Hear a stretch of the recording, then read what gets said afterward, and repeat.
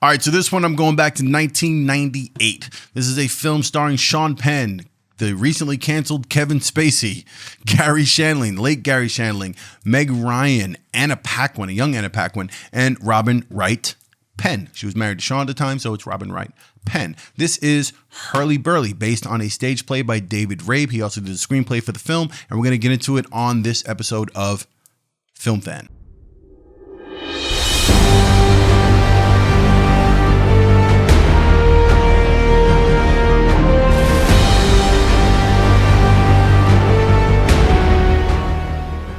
Hey, welcome to Film Fan, my channel where I discuss all things film and film related and my passion for such things. If that is also your thing, go ahead and hit the subscribe button if you haven't done that already, and that little notification bell so you know when I put up new content. Let's get into it. Okay, so this one is definitely obscure. This is from 1998.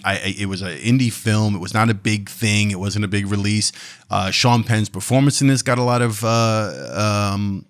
recognition, and he does a fantastic job. It's one of the reasons why I recommend the film, but we'll get into it. It's not I will tell you now, this is not a film for people looking for a storyline with some basic subplots and some twists and turns, and it all wraps up neatly at the end. There's literally no plot here. There's no need for me to do spoiler alerts because I couldn't really give you any spoilers if I wanted to. It's a character-driven film with a lot of talking and dialogue. It is going to appeal to those of you who are aspiring playwrights, people who love stage plays, people who love screenwriting, people who like these dialogue-driven, character-driven films.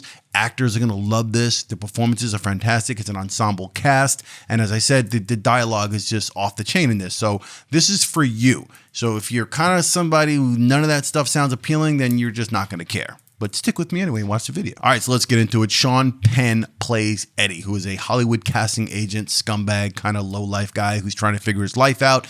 I don't know if it's a midlife crisis or what it is, but he's just literally trying to do this whole introspection thing and work out where he is on the planet and figure himself out.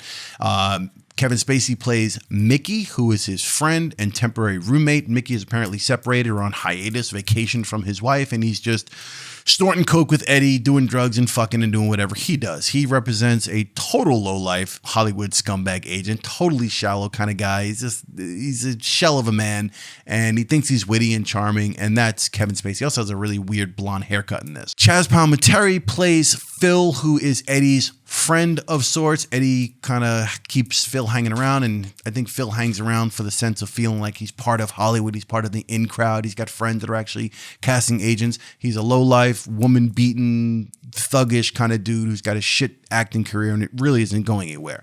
Another drug addict as well. Gary Shandling plays a neighbor named Artie, who also hangs around with this circle of guys, and he's pretty much a scumbag Hollywood guy as well. So there you go. You've got a bunch of scumbag Hollywood guys. There's 4 scumbag Hollywood dudes. Phil is really not on the inside. He's more of like the wannabe, but he's hanging there too.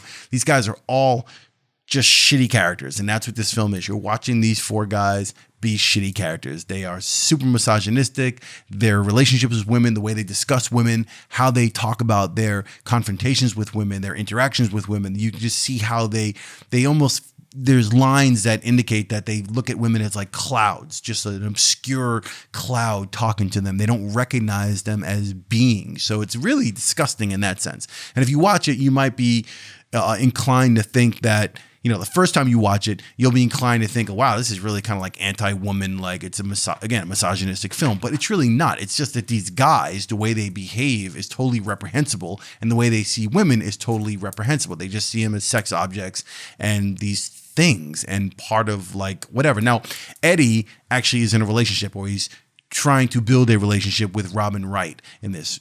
So, you know, he's struggling to kind of maintain a relationship and some semblance of one, but I believe that's just for his own, his way of verifying his existence and feeling as if he's doing something worthy. At least that's how I see it. And, you know, but other than that, everything is just a joke to these guys. They are coke snorting, drug using guys who just look at life a certain way, and that's who they are. Now, I say that the film's got this whole misogynistic overtone, but it doesn't. It's more, again, it's the guys, the women. That brings me to the women. I want to get into them. they're actually really strong, especially in contrast to these low life guys. There's a really strong contrast here when you think about the women. None of them are victims or, women that are being taken advantage of. Anna Paquin plays a young girl who passes through. She's like hitchhiking and kind of she's kind of like this wandering, drifting kind of female. And she stays with people that she ends up shacking up with, and she sleeps with them, and that's how she hangs out in people's homes, and that's what she does. She's not a weak character. You don't ever feel like she's being taken advantage of. I mean, even though Artie, that's Gary Shandling's character, he's the one who delivers her to Eddie and Mickey and tells them that, oh, she's a care package. You can kind of just fuck her and hang around with her and let her use your pool and she'll be happy. And she is. She's not being taken advantage of. She's not being manipulated. They don't really do anything to manipulate her. And she's got a brain. You can tell her dialogue, the way she speaks and everything. She's pretty strong. She actually, even at the end of the film, she kind of like helps, Eddie in some way. I won't get into that, but it is what it is. She's a strong character. Meg Ryan's character. Meg Ryan plays a stripper / prostitute who is a single mother. But again, you never feel as if she's this victim or oh, poor her, or she's just fluff in these guys' life. Like she's just some girl character they put in the movie. She's actually pretty solid, especially holding her own around these guys. And there's a scene where Eddie actually tries to insult her and directly says like, oh, you fuck guys for money. You fuck guys, whatever. And she's like, no, I fuck who I want to fuck. Like I do what I want. So she kind of, she emphasizes her power and her ability to make decisions. And no, I'm not some chick who needs to do anything. I'm not in desperation. And you feel that with her character. Same thing with Robin Wright. Robin Wright's character actually sleeps with Mickey, with Kevin Spacey's character first, and then winds up dating Eddie. And even through that relationship with Eddie, she's dating other guys. You get little clues that she's talking to other people on her job. She's also involved in Hollywood. So she's kind of just as shallow as these guys, but it comes off different because she's kind of like the way guys could date casually like that, and it's kind of looked at as cool and normal. She's doing the same thing, but she's a woman, and she's in total control and total power. So to wrap this up, bunch of guys who are shit scumbag lowlifes, trying to figure things out. Again, Eddie's trying to figure things out. Eddie, in fact, the people he keeps around him, when you look at the cast of characters, when you look at Phil is this guy who's a lowlife. Like I said, he's a thug kind of wannabe actor. And I think he's there to reflect for Eddie like the lowest of the low. In fact, Spacey's character, Mickey, mentions to Eddie at some point, like, you keep Phil around as a way to make yourself feel better. So no matter how low you go, you'll never be as low as Phil.